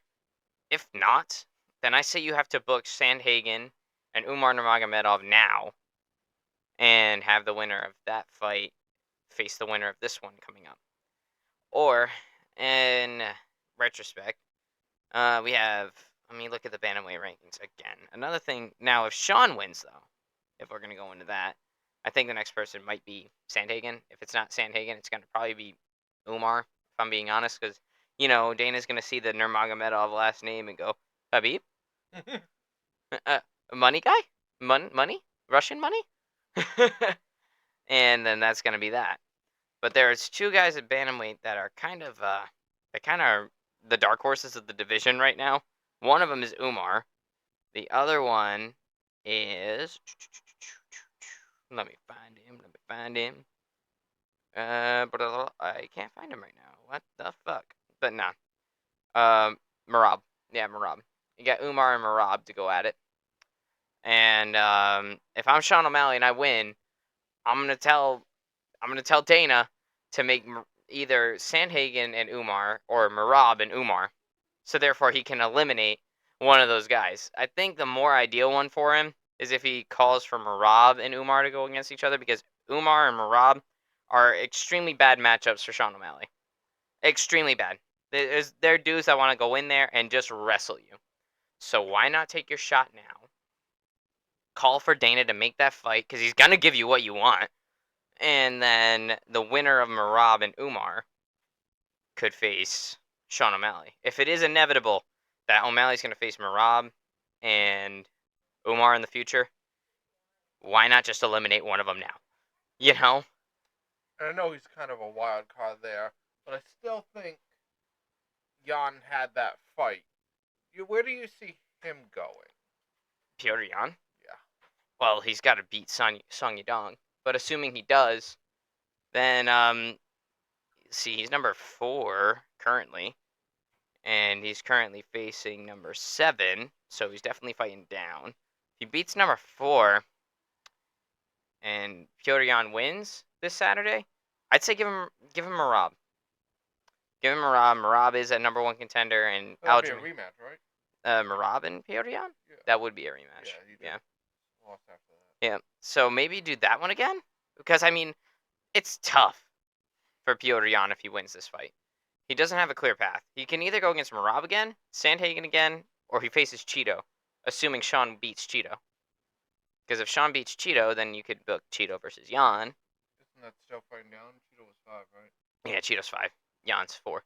Still fighting down, but if he beats the guy that just challenged for the title and lost, then Jan's already in a position to go back up and rematch with O'Malley.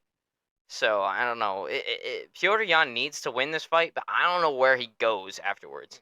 Exactly what happens. Exactly where Piotr Jan's gonna be, should I say, is gonna be reliant on who wins this fight and if he can win his own. And assuming Merab and Umar get put together, then that's even more cloudy. The bantamweight's kind of an unpredictable division right now. It's exciting in there. But I think a best course of action for O'Malley, if he is to retain his title against Cheeto this Saturday, is maybe call for Marab and Umar to fight, because Umar just won. He's been dominant in all of his performances. So hasn't Marab. He knows that both of those guys are terrible, terrible matchups for him. Did you say Umar just won? Yeah. Umar Nurmagomedov, yeah, he won that last fight. Oh, yeah. It was last week. Yeah, no, that. Yep. Thinking of a different thing. hmm So I think that's the best course of action. I'm calling for Marab and Umar to Yeah, get face rid each of one other of 'em. and get rid of one of them. Because if it is inevitable that I'm going to face one of these guys, then fuck it. Let me eliminate one of them. And just saying, if this wasn't Sean O'Malley, does Cheeto deserve a title? Has he run the rank of top 5? What do you mean? Like, of the top 5 in that weight, excluding Yeah. Sean, does he deserve a title? Well, I mean, like right now? Yeah. No. No, Cheeto doesn't deserve to be in this position at all. The only reason why he's there is because he's the only guy that's beaten Sean O'Malley, and it was a kind of shaky loss, and O'Malley wanted the fight. And naturally, Dana's going to give his star what he wants. So, there you go. But nah, if anything, I think Aljamain Sterling is the most deserving of a title rematch, seeming as he just. I mean, I'm not an Aljo fan at all, but I'm not an Aljo fan in the slightest. But But if you want to come on the podcast, then by all means, go ahead and roast me, or maybe I'll just roast you. Fuck it, who knows? we'll debate it. In your acting career, we gotta talk about that. Oh yeah, when you getting your Oscar, bro? But yeah, if anything, like Sterling is the most deserving of a title shot at this current moment. But he moved up. He said he wanted to move up to featherweight. He wanted to make room for Marab. Marab beat Piotr Jan. So there's a lot of different directions that this shit can go into. Yeah. And it's kind of complicated. And it's all reliant on who wins Yadong and Yan, and who wins in the main event. Big night for the division. Huge night. It's going to be dependent on those things. Because then I can start playing matchmaker for the rest of the top 5. I don't know if Aljo is going to go back to bantamweight. I think that's going to be reliant on how he looks at featherweight when he faces Calvin Kattar at 300. So if he can get past Kattar, which he has a chance, he has a pretty good chance of beating Kattar. But if he can get past Kattar, then yeah, he can start making his run at 145. Then it gets a little bit clearer. Then we can be like, okay, now that Aljo's completely out of the picture, there's a new champion at 145 now, which is still so fucking weird to say. Holy, it's been 2.5 weeks. I'm still not over it. But it's just we got a new champion at 145 now. So Aljamain Sterling, at this current moment, couldn't be breaking in to that division at a better time. The champion just changed, Ilya Taporia. That's a good matchup for Aljo. And that's a pretty good fight between the two of them. You think he just shoots right up the championship? If he beats Kattar? No. I don't think so. I think he'd have to go through Brian Ortega. I was gonna say, what's Kattar ranked right now? Kattar's been out for a better part of a year now. He had a nasty ACL tear in his fight against I forget who he's fighting against. Give me a minute. I'm trying to remember. Shit. Was it Yair? It might have been. Or it might have been Arnold Allen. Fuck, I don't know. Kattar's number 8. His last fight was Arnold Allen. Yep. And he tore his ACL in that fight. Yeah, if you can make him a top 5 before you let him go for champ. Yeah, but if he beats Kattar, which he has a chance of beating Kattar, but then again, Kattar also surprises the fuck out of me, usually. And I love Kattar. He's a Boston boy. Come on, man. Rob Font, Calvin Kattar, I love those guys. They're Boston guys. And, so, yeah, if Aljo can get past Kattar, then I'd say give him to Ortega or Yair Rodriguez after that. Ooh. But those are tougher fights for Yeah. Aljamain Sterling. So I was gonna say, even if Sterling does win, right? Yeah. Which he's fully capable of doing, obviously. Does he get by the old guard that's been in that division, that's been running it? Of featherweight at this current stage, I'm not too sure. Like his chances against His chances. Max or Volk, even if Max doesn't, change weight classes. Which, yeah, after this, depending on how he performs against Gaethje, that could very much be dependent on this. There's a lot of movement in all these divisions right now. That's why it's hard to call who's everybody's next shot's going to be. Because I have to just see that fight play out But first. that also makes making predictions fun. Yeah, because then it's not as predictable. That's the point of predictions. You want to predict the unpredictable. And I'm definitely out here saying that the future is uncertain for both Cheeto and Sean after 135, after this championship fight. So it really is going to come down to how the Yan and Yadong fight's going to go and how the main event goes. Because then if Yan wins, then he's got a chance to go up against Marab again, which I don't know if they'll do that. Seems a little too soon. Or maybe you put him against, because like if he does win, he might need to fight down again, just because that's the position that he's at. Because I don't know if you want to make him rematch Corey again. Corey Sandhagen's on a 2-fight winning streak. If anything, he should be knocking on the door of a title shot right now. But then again, you also have Marab there. He's been stuck at #1 contender for a little while now. Also partially his fault though, because he didn't want to face Sterling, because they're friends. I'm like, that's so dumb. Why? I'm like, yo, if me and my boy were in fucking the same division, right, and he won the championship, I'm gonna be so happy for my boy. But I'll be like, I want that shit. It's okay for me to want what my friend has, right? Maybe like a sparring match. Yeah, exactly. Just a hard sparring match where we both could get hurt and knocked out or submitted. But I'm Hey, just they're saying. in a blood sport. Come on. Exactly. Like we know what we signed up for, and we can still be friends afterwards. Just right now, we have to be opponents. Like because I want what you have, and that's okay. I think you can want what your friend has. I don't think you have to respect the fact that your friend is the champion. So covering their neighbors good, like against the commandment. Hey man, I'm competitive as fuck. But nobody's perfect. We should probably wrap this up, huh? Yeah, it's getting a little late. We are about an hour and 45 into this. Got down to 2 hours. There's a lot to cover, guys. That was a good episode. UFC 299 this Saturday night on ESPN Plus and ESPN the network for the prelims. Make sure you buy your pay-per-views. Stay tuned. Of course, go and follow the TikTok because we're going to be doing play-by-play updates on there. Only on there. I'm not uploading any of YouTube Shorts on any of our reactions onto YouTube Shorts. I'm only going to be posting clips of the podcast on the YouTube Shorts and the TikTok page. But our live reactions to the fights, if you care, they're going to be on the TikTok channel. So, anyway, guys, thank you so much for sticking around with us. This is a big card. Super excited for it. It's going to be great. 100% super excited and super nervous for this all at the same time. And, of course, thank you guys for tuning in. And as always, we'll see you next time.